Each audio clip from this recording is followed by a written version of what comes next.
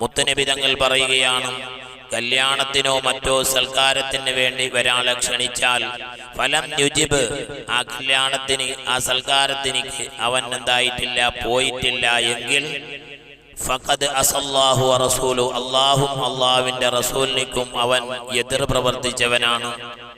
കാരണം ഒരാളെ ക്ഷണം സ്വീകരിക്കൽ നിർബന്ധമാണത്. ഇനി വമൻ ദഖല, കല്യാണത്തിനോ മറ്റുള്ള സൽക്കാരത്തിനു വേണ്ടി ഒരാൾ ചെന്നാൽ അലാ ഗൈരി ദഅവത്തിൻ, ക്ഷണമില്ലാതെ ആരും ക്ഷണിക്കാത്ത നിലക്ക് കല്യാണത്തിന് വേണ്ടി പോയാൽ മുത്തുനബി തങ്ങൾ പറയുന്നു, ദഖല സാരിക, അവൻ കള്ളനായിട്ടാണ് കടന്നു ചെന്നത്.